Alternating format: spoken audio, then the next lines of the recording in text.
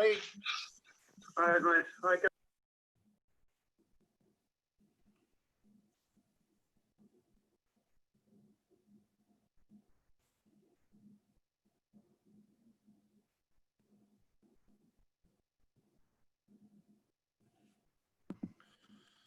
morning, Earl. Good morning.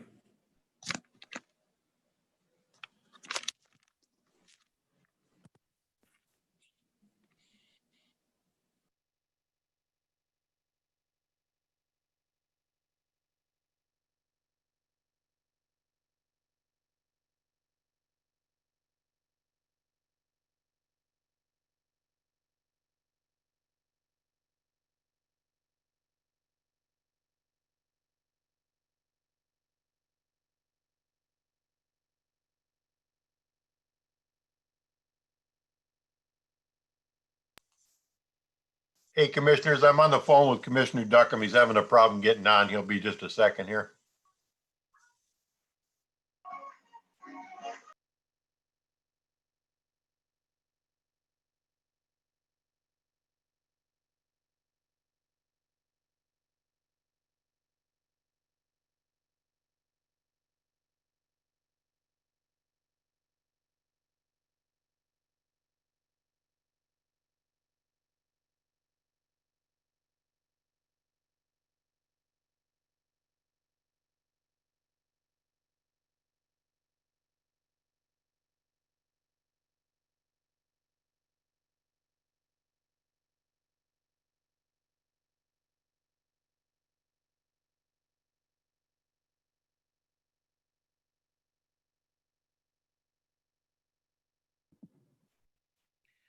Earl, you look like you're hiding in the sanctum sanctorium there with your stained glass windows behind you. I am on the 5th floor. I had an appointment downtown and not enough time to get home, so here I am. Good. Good morning, everybody. We're calling the October 12th general government meeting to order. Apologize, I was having a problem getting on. First up, we need the approval of the agenda as presented, unless there's changes. Okay, approved motion by Rodney, seconded by Corey. All in favor indicate by saying aye. Give the sign. Thank you. Next up, number 3, public comment. Is there any public comment, Michelle? No public comment. Good, good. All right, we'll move on to item 4. That will be our minutes from the September 8th meeting. So moved. Have a motion? Do you have a support? Okay, we approve the minutes as presented. All in favor indicate by saying aye. Motion's passed. Next up, item B, our conservation districts, our semi-annual report. Lori, are you there?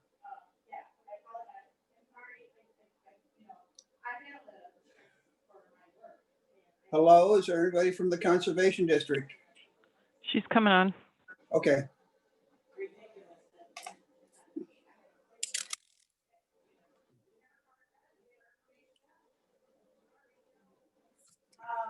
Commissioner Pulaski. I'm here. Can you hear me?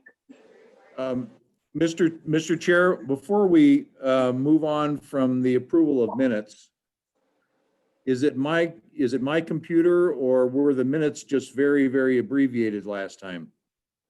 I see call to order, approval of agenda, and public comment. I don't see any other action. Did we not take any other action last month? We had call of order, approval agenda, public comment, and then we come to committee items, which was minutes 4A.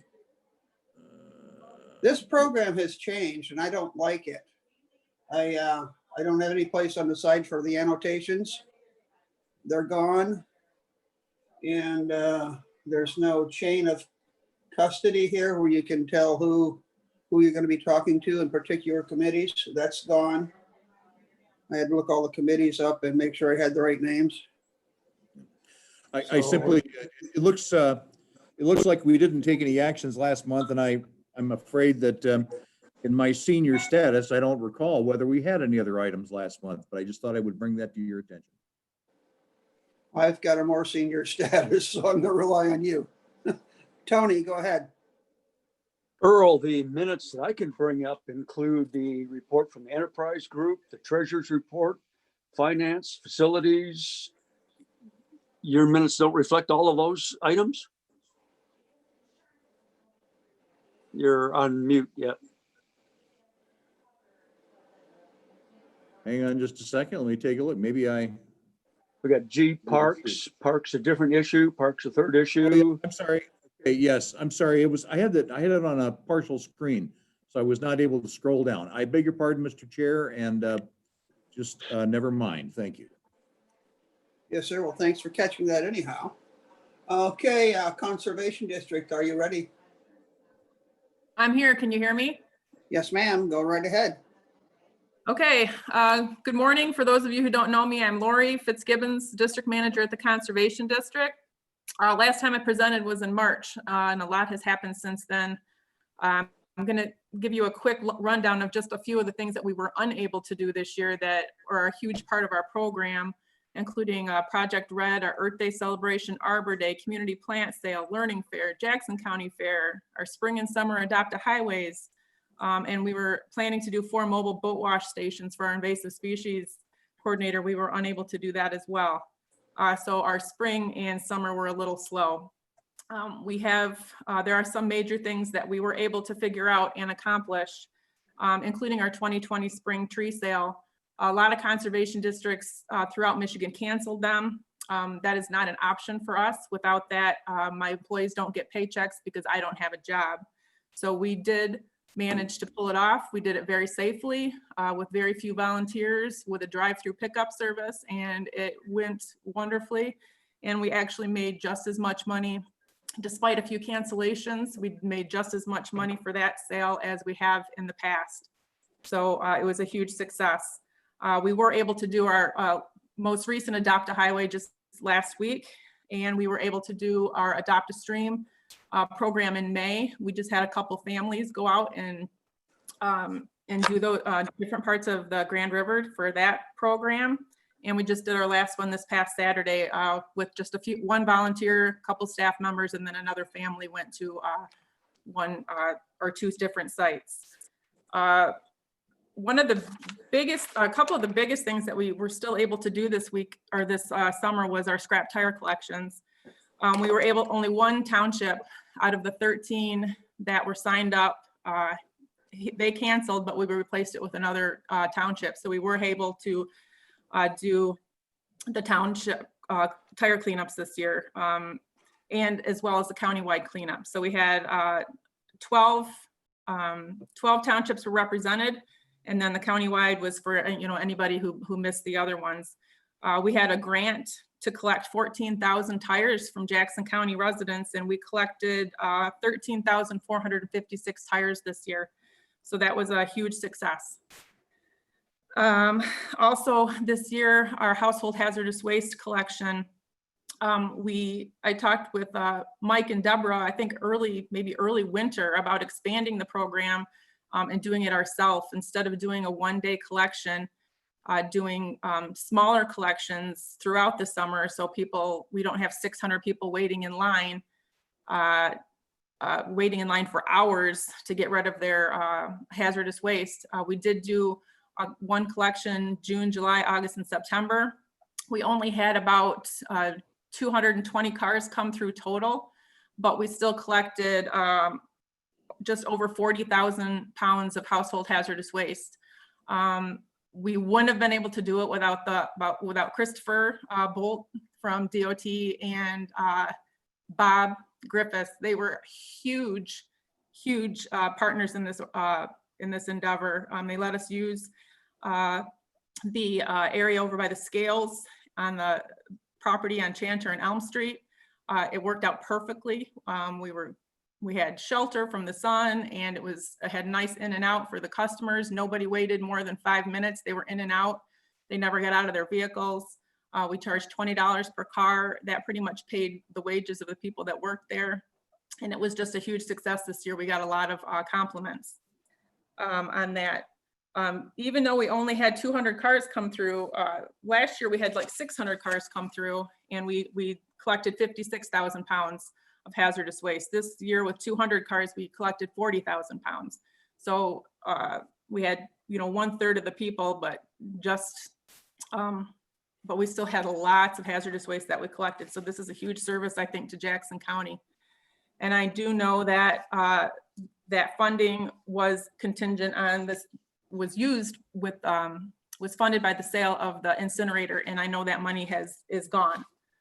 I do, and although I realize these funds are depleted, I encourage the county commission to look for more funding sources to help us keep this program going. It's a much needed service for the community. We are looking into other funding sources right now. I'm trying to get on the township supervisor meeting agenda to ask for funding from each individual township. Jackson Community Foundation said they may be able to help us with a small amount. I'm still poking around at Consumers Energy. Right now, most of their funding and a lot of funding from foundations in the area are still going to COVID relief. But I've also, Mackey and Eaton have expressed interest in helping. So I'm looking for other funding sources, but I encourage the county to please consider trying to find money from somewhere. Any little bit would help just to keep that program going. I think it's cheaper to do it this way than to have to worry about cleaning up the river or some big spill somewhere because people are disposing of their hazardous waste unsafely. As far as grants, we did have the same 5 grants this year that we normally have. Our CTI grant, Hunter Access, the Scrap Tire grant, our MEEP Tech, and then our Invasive Species Program grant. That grant, the Invasive Species Program grant, was put on hold from April to July.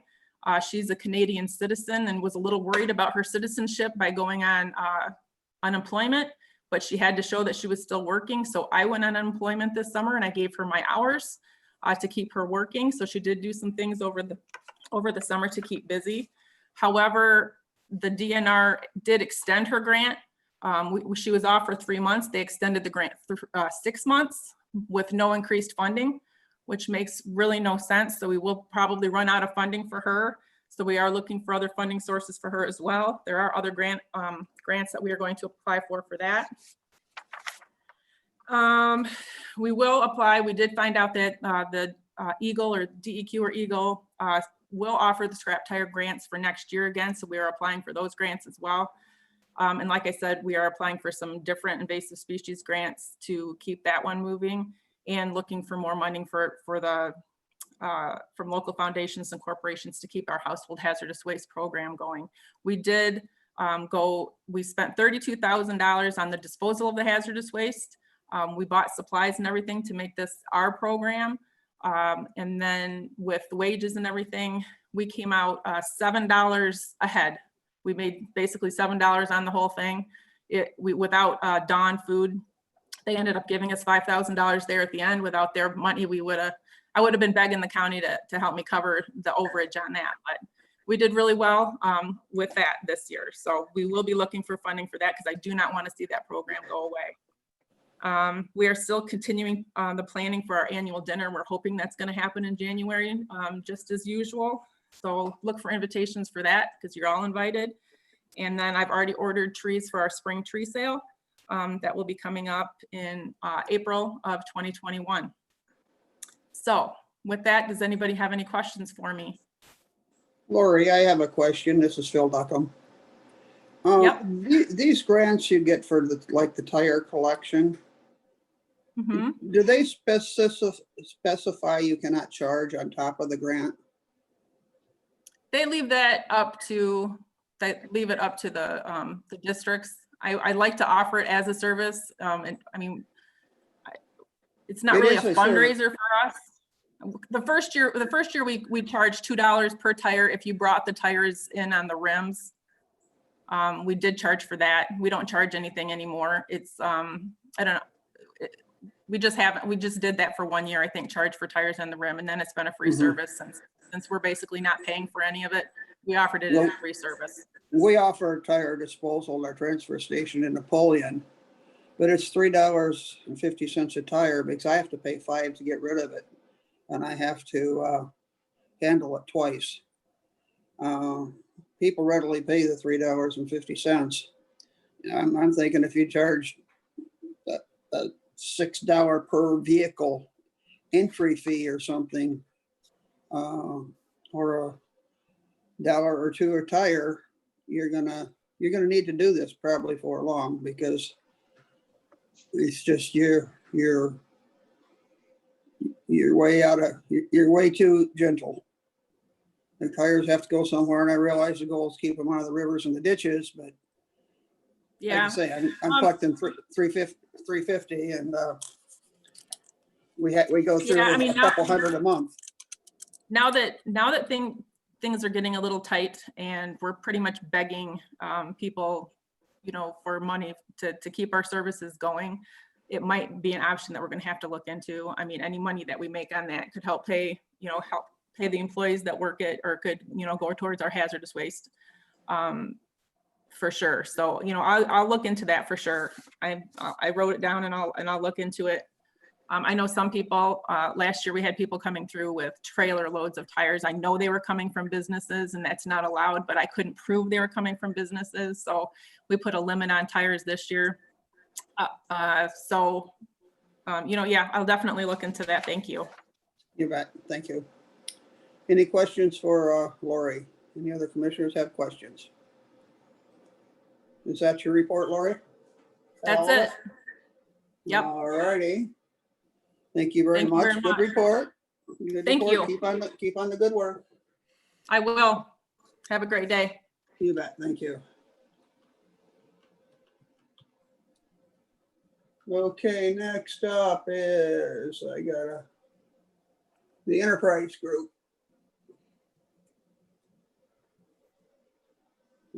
Debbie Kelly there. Yes, I'm here.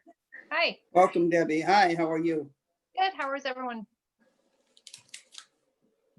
I think everybody nodded their head. They're good. Good. You have the JCBRA and the EDC semi-annual reports in front of you. I know that we just reported to you for all the entities that we staff at the August meeting, so not a lot has changed. But I have provided you with written reports. So if there are any questions or concerns, I'd be glad to address those. Board, any questions or concerns? Commissioner Pulaski, please.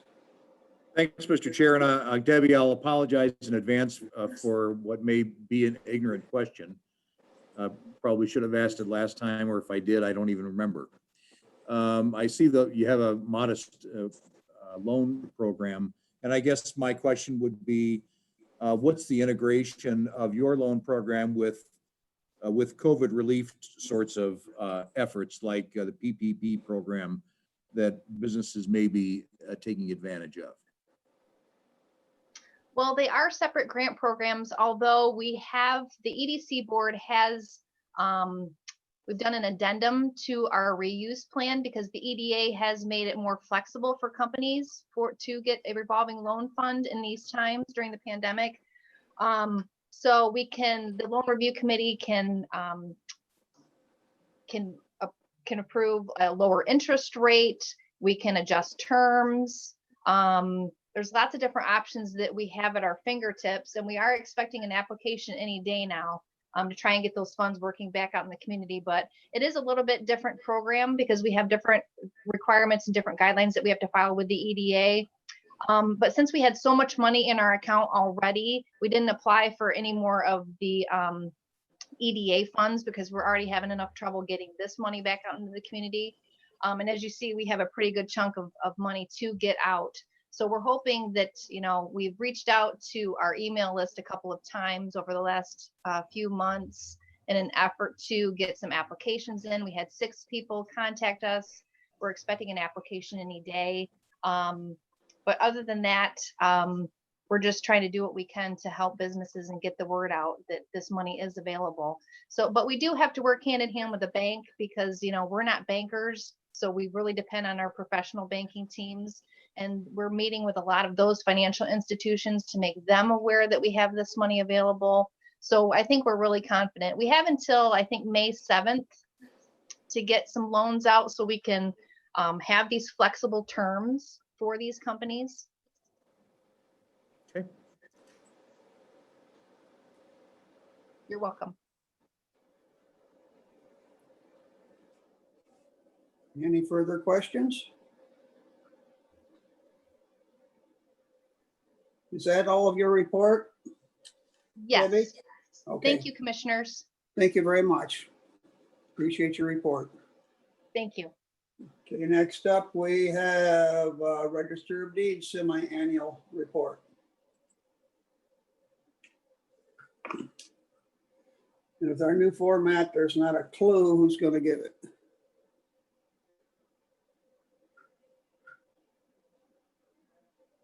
Is anybody there from Register of Deeds?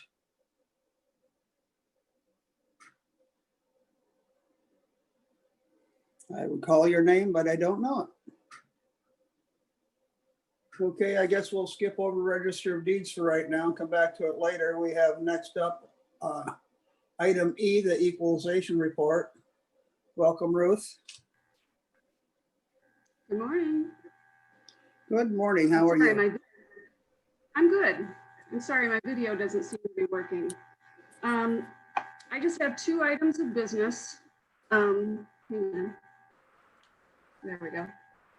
I just have 2 items of business before you this morning. One is the apportionment report and one is the revised L4029 tax rate request form. So the first one is the apportionment report. You guys have all seen this, every year. October law requires that you meet in apportionment session and approve all of the tax rate levies. So all of them have come in. They've all been checked. Any that needed correction have been corrected. And so this is the tabulation of all of those tax rate requests. And this just needs to be forwarded on to the full board to approve an apportionment session this month. Are there any questions on it at all? Any questions, committee members? If not, I think we need a motion of support to send to this full board. Commissioner Pileski, Commissioner Kennedy. All in favor indicate by the sign, give them the sign. Passes unanimously. Okay. And Thank you. the Go ahead, second- Ruth. Yeah, the second is the L4029, and this is just amended to include the senior services millage that was approved in August. So we need to do an amended 4029 to get out to the townships by December 1st for their tax billing. And that is it needs to be forwarded on to the full board for approval. Thank you very much, Ruth. Any questions, commissioners? If there are no questions, I need a motion of support to send on the L429 to the full committee. You have a motion by Rodney, supported by Corey. All in favor indicate by saying aye. Saying passes unanimously. Thank you, Ruth. Thank you all. Have a good day. You bet. Thank you. Okay, next we go to finance. Welcome, Cecilia. Morning. Good morning. Couple of things that I want to bring up and point out with our August financial statement is on page 3, and it's a very positive thing. At the end of August, we're actually at a 1.1 savings of expenditures. And this August was the last month for our work share program. If you remember, we did work share in July and August, and before that we were doing furloughs. So those programs that we participated in has made a huge difference in the savings of our expenditures, which is really good news. It more than covers our revenue shortfall, which is right around $680,000. So right now, at the end of August, it's about $460,000 to the good for our August budget. So I wanted to bring that up, which is what we were hoping when we did that. And the other thing that I wanted to also bring up is we did receive our replacement for our August revenue sharing from the state. They actually sent out CARES federal monies to counties. And that was an addition of 457,000 to, in addition to what we normally would have received for August revenue sharing. There is quarterly reporting that we have to do back to the state, and we are using jail's payroll and benefits to report back on a quarterly basis to them on how we are using. They actually gave us almost at $1.3 million. So we are using their, because they've done a lot within the jail in order to keep the jail population free of COVID. So we're going to be using those revenues or those payroll and benefits. Other than that, so it's all positive, it's all good. Is there any questions regarding August financial statements? You're coming through somewhat garbled, well, at least on my machine. I have a question. You say the year-to-date end of August, we are a surplus of 460,000? Roughly. Basically, what I'm saying is that we have our expenses. We've been able to save $1.1 million of expenses. And of the revenues that we've been watching where there were shortfalls, we've been able to cover those revenue shortfalls. And it's about $470,000 to the good of that. So that How did we recover those? it was basically because we had furloughs in March and April and May, and then we did our work share in July and August. So those savings is what's helped us recover the revenue shortfall, which is what we were wanting and hoping for. Okay. All right, any other questions to board? Is that a question, Steve? Earl? I want to make sure I understand, Cecilia. I was having a little trouble hearing you too, so I apologize for that. Did you say revenue sharing was even more than we had anticipated it being? So basically what happened is in order for the state to balance their budget, they did not send out the state's revenue sharing. Instead, they used federal CARES monies, like grant money. And that was an increase of $457,000 of what, in addition to what we normally would have received from revenue sharing. But there are strings attached, right? So we have to be able to how we're using this money in order to combat the COVID pandemic. And we're using the jail's payroll and benefits in order to do that, because they have a process in place and they change their processes in order to contain the COVID within their jail population. So I just want to make sure I understand what effect upon our annual budget. If we're getting that, if we get that additional money, it's really not like pennies from heaven, because we still have to document how we have incremental costs that revenue. In other words, that should be more or less a break even from a budget perspective, shouldn't it eventually? Well, basically we're using it as a reimbursement of the jail's payroll and benefits. It's kind of how we're using to cover their costs. And they did have overtime and they did have extra costs because of COVID. So yes, and from that sense, but also and you are right, there are additional costs within our whole entire budget that of COVID, a related cost that's also covering that. Okay. Yes. So, Mr. Chair, if I might continue, the news, we heard good news earlier this morning from, for example, the animal shelter, I think, had a pretty good outcome. And I think we're going to get to a point here before too long where we should kind of get updated on this year's budget, the COVID situation, and perhaps you're going to do that. And I apologize if this is a superfluous request, but it seems to me our budget is going better this year than we had feared it might. And so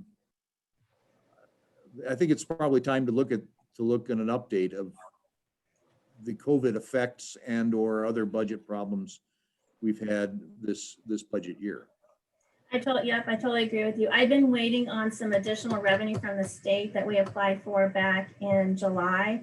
And we received half of it, but I don't know what the other portion's going to be. That's been my other thing, is waiting to see what that revenue is going to be. Because I need to do a complete budget amendment to see where we're at. I know there's some additional costs that normally delinquent tax would have covered that we're probably gonna need our general fund to cover. But I need to look at all of that and bring that to the board for approval and get all of that organized to see where we're going to fall. Because my goal is to break even this year. You know what I mean? That's what I want. But there's a lot in this, there's still a lot of these moving parts that I'm still waiting on with the state get caught up with their reporting so I can kind of know where we're at. So, but yes, I totally agree with you. I'm very anxious about that. But I was very excited to bring this information with August. So I was like, oh, good, we did what we were hoping, and we're on the right track. That's what I'm hoping. The next 3 months, I'm hoping, is going to continue that. I think we've looks like we've contained our revenue shortfall, which is good, with the courts being open and things going, in that direction. So it's yes. So yeah. Thank you, Mr. Chair. Thank you, Commissioner Pulaski. If I may, Go ahead, Mike. I'm just going to point out that the state, in essence, supplanted our revenue sharing. They kept it to balance their budget and forward on the federal money that they get received to us. That, as Earl pointed out, has all the strings attached. I'd like to say they did us a favor, but they didn't. Those money, they kept the state revenue sharing, and the extra monies that we were supposed to receive to use for COVID, we have a lot less of that. And again, strings attached to boot. So.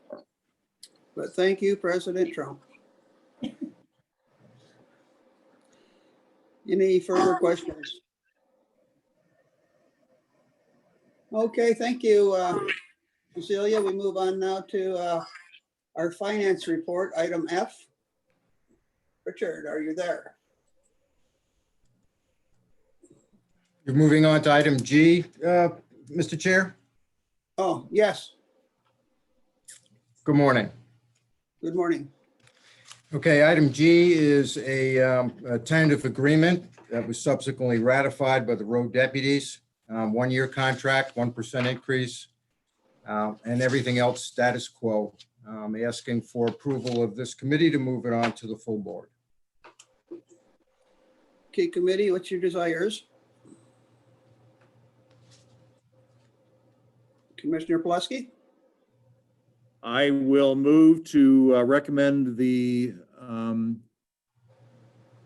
item to the full board for approval. Do I have a second? Commissioner Waltz? Thank you, sir. Okay, we'll send to the full board a recommendation from Human Services on the road deputy tentative agreement.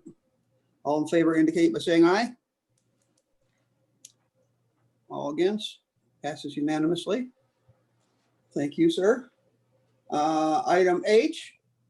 Item H, Mr. Chair, item H is also a tentative agreement between the county and the corrections supervisors.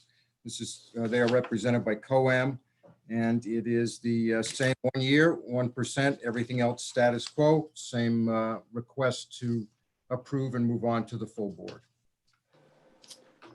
Okay, commissioners, what do we do? Need a motion and support to send this to the full board. Commissioner Waltz, anybody else? Commissioner Pulaski?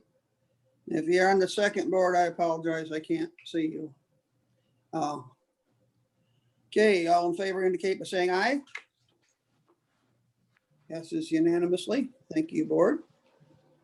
Okay, we go to item I. This will be attorney referee. Is the Attorney Referee Magistrates Association. It is the tentative agreement between them and the county, and it has been ratified by their members. The same parameters, 1%, 1-year contract. Asking for approval of this committee to move it on to the full board. What's your pleasure, board? We have a motion by Commissioner Kennedy. Motion by Commissioner Valesky. Okay, all in favor indicate by saying aye. Passes unanimously. Thank you, Daniel. Okay, we go on Commissioner. All right, we go on to item J, Human Resources Assistant Prosecutors. Richard? Thank you, Mr. Chair, yeah, this is the tentative agreement that was subsequently ratified by their members between the county and the Assistant Prosecutors Association. Again, same parameters, 1-year contract, 1% increase. Now we have, and status quo, everything else status quo. Now we're asking that this committee move it on to the full board for approval. Board? Discussion or motion and support? Motion from not Senator, Congress, Commissioner Kennedy and Daniel Mahoney. Thank you, guys. All in favor indicate by saying aye. Motion passes unanimously. Thank you. We'll go on to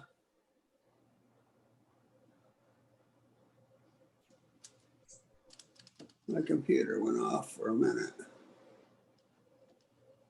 Item L? Or have we done that one? Item K, Mr. Chair. Okay. There we go. I'm working off 2 computers. Okay, go ahead, sir. All right, thank you, Mr. Chair. This is the last one of the group. This is the tentative agreement subsequently ratified between the county and the sheriff and the road patrol sergeants. It's again, same parameters, 1-year contract, 1% increase, everything else status quo. Again, asking this committee to move it on to the full board for approval. Okay, motion by Kennedy, seconded by Waltz. All in favor indicate by saying aye. Passes unanimously. We go on to item L. This would be the administrator controller. Mr. Chair, may I make a comment at this point? Yes, sir. I would just, I would note, Mr. Chair, that I think there's appreciation due to our HR folks and to our unions for putting together these agreements during very difficult times and with being good partners to the county. So I would simply note that for the chair's consideration. Excellent recommendation, Mr. Pulaski. Excellent. Okay, administrator controller, item L, additional PPE contracts. Yes, this is our third request for PPE contracts. Again, these are going through CoPro. Individuals or companies will be allowed to purchase these products from CoPro. We are not involved in the purchase. We are not involved or liable in any way, similar to the first 2 requests. So this is just a third request in the same manner as the first 2. Now, what did we do? Did we get these basically delivered up front immediately? So similar to my deal, yeah, similar to my deal, somebody has to host the contract. So we're just hosting the contract on behalf of CoPro for all these companies. And they do have to, I'm not sure of what the requirements are because we're not involved in the actual purchase, but people can go and order the PPE from these companies. But we're not involved in that portion of it. So. Okay, thank you very much. We're just hosting the contract. This goes the full board. Need a Yes, motion and please. support? Need a motion and support, commissioners. Motion by Waltz, supported by Mahoney. All in favor indicate by saying aye. Passes unanimously. Thank you, board. We go on to the administrator controller, new proposal policy, telecommute policy number 3390. This policy, I think, speaks for itself. It's pretty straightforward. We want to have the ability, the flexibility to allow for employees to work from home. We have a number of employees that are doing that now, and doing so successfully. It's obviously not for everyone, but clearly where it works well. It takes a different skill set a little bit in the sense that we have to monitor differently. You're not necessarily walking by an employee every day, but nonetheless, it's about productivity. And those that are doing it currently, I've checked in with a couple department heads, and they are very comfortable and feel that it is, frankly, they get a good return on the investment. Let's put it that way. Questions or concerns? Questions? Okay, I believe this needs to go to the full board. Question, Commissioner Pulaski. I'll move that we take it on to the full board, Mr. Chair, and then I do have a comment. Go right ahead with the comment. Well, it's, I guess it's a little surprising we haven't had a policy, given as many people as we have had to have work from home. Frankly, the COVID situation has moved us and other businesses and other governments farther down the road of telecommuting than we might otherwise have done. And so necessity being the mother of invention, we've had to do this. And I think it's the right thing to do, and ultimately may be beneficial from both a productivity and a kind of a infrastructure perspective. So I look forward to doing as much of this as is practical. Thank you. And Commissioner Kennedy seconded that motion. All in favor indicate by saying aye. Passes unanimously. Thank you. We'll go on to item N, Administrator Controller updates to policy number 3220, nepotism. Again, I think this one in particular does speak for itself. We'll be happy to entertain any questions or concerns. Has this been a problem recently? Not recently. In the past, there's been some problems, but no, it's just time for an update. Okay. Questions, board? Commissioner Pulaski. Sorry to be kind of verbose today. I think I read in the staff report that this was recommended by our attorneys to shine this policy up a little bit. Is that right? Deborah, I don't know the answer to that. You? No, we do typically send policies of this nature to the attorney for review. I sent it to him a week and a half ago. I have not heard back from him actually, but I believe this was written by our HR individual who is also an attorney. This was a complete rewrite. We had an existing policy, but it was a complete rewrite. So I did send it about a week and a half ago to our attorneys and haven't heard back yet. So. Oh, okay. Commissioner, I this is misunderstood Richard. the staff report then. Thank you. Commissioner Mahoney. I think Mr. Kennedy was before I was, but it's up to you guys in what order. Go ahead. Okay, just a really quick question that I think Deb kind of answered. With these policy updates, normally we get a red line copy so that we can see the exact differences in those. But Deb, you said this was a complete rewrite. Is that why there was no red line copy in this one? Correct. When it's a complete rewrite, I attach the original version, which I did in this circumstance, so that you can see the old versus the new. But I do usually attach a red line if it's just some updates or minor changes, then you'll see the red line. But because this was a rewrite, I don't have a red line. And then my next question or comment, I guess, would be if the board sees any wisdom in us sending this over to the anti-discrimination committee that's created for them to put a set of eyes on it to see if they have any input on the changes that were made in the rewrite.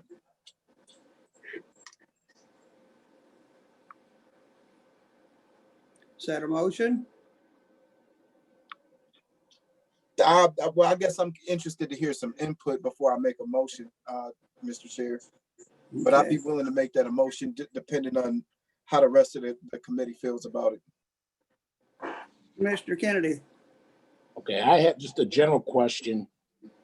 I briefly read through this last night. I'm not really familiar with the prior policy, but is my understanding correct that this doesn't necessarily say there is no nepotism in the county? It's only saying that a relative or close associate couldn't work underneath a supervisor. Am I understanding that correctly? Yes, that is correct. And prior to that, did the old policy allow any form of nepotism?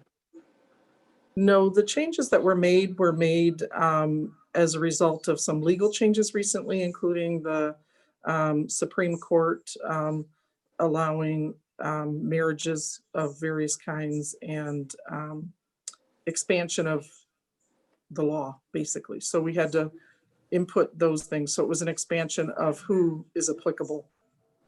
If I may, this is Richard. The reason why we did a rewrite is because of what Deborah just alluded to. The definition of family members, all of that had changed so much since the nepotism policy, and it was quite dated. And this really brings it up, quite frankly, to recommended language by the Society of Human Resources Management. We did send it to outside counsel also. It just brings it into the 21st century. Thank you, Richard. Mr. Chair, if I might, to that point, it seems to me the definition of a family member or relationship could only have expanded given recent changes. And so it provides the greater possibility for someone falling afoul of our nepotism policy, if that's the case. I would make a couple I think I would like to see that our attorneys bless the policy, and I think Commissioner Mahoney's suggestion that the Anti-Discrimination Committee review it along with the other policies they're reviewing is probably wise. Okay, that would be your second. Is that a motion? Well, you did, Daniel, was yours a motion? Yes, sir. Okay, and you're your second, Earl. Okay. Okay, then any discussion on that? All in favor indicate by saying aye. Phil, you had the Vice Chairman, David Elwell, raising his hand. Okay, he's not on my screen. Go ahead, David. You're on my screen, Phil. A question really for Mike. Mike, there's been discussion through the years about all of our county policies and the fact that elected officials can choose to either follow them or not follow them. Do we have any way of knowing as commissioners which elected officials have made that decision? And should there be any kind of formal process for them to agree to that? Or is it something they simply, that comes and goes? I don't believe we have any documentation. I've not seen any documentation that shows which elected officials have formally adopted any policies that we have adopted. I'd like to think that they're all following, because if they're not following ours, they should have their own in place, and I've not seen any to that effect. I know the sheriff has quite a few, but those are a little different. He doesn't necessarily have different personnel policies, or just some different orders he uses. Well, not a member of this committee, but not a member of this committee, but I think there's wisdom in some kind of process for the elected officials to declare whether they're going to follow ours or not. Just a thought. Thank you. Well, we can definitely ask them for sure. We can't mandate, but we can definitely make a request. Yeah, I understand we can't mandate, but I just think it would be good to know which have agreed to follow and which are not necessarily willing to. Not that it's a bad thing if they choose not to, but just so we know ahead of time. Thank you. Yeah, I disagree. It could end up being a lawsuit possibly somewhere down the road. So I think it's a good idea, David. Okay, did we vote on that yet? Okay, move on to item 5, 5A, the claims. Look them over, sign off on them. Other minutes, we have no other minutes. Our November reporting schedule, we have the clerk, Parks and the Fair, Blackman and Leone DDA. And Mr. Chair? Yes, sir. We gotta make the motion to pay those claims. Thank you. Okay, and all in favor of paying the claims, indicate by aye. Sign. Thank you. I was concerned we looked at them. Okay, and the UGRA, I don't know what that is. In the November reporting schedule, UGRWA. Anybody know what that is? That'd be in November's schedule. Michael? What is that?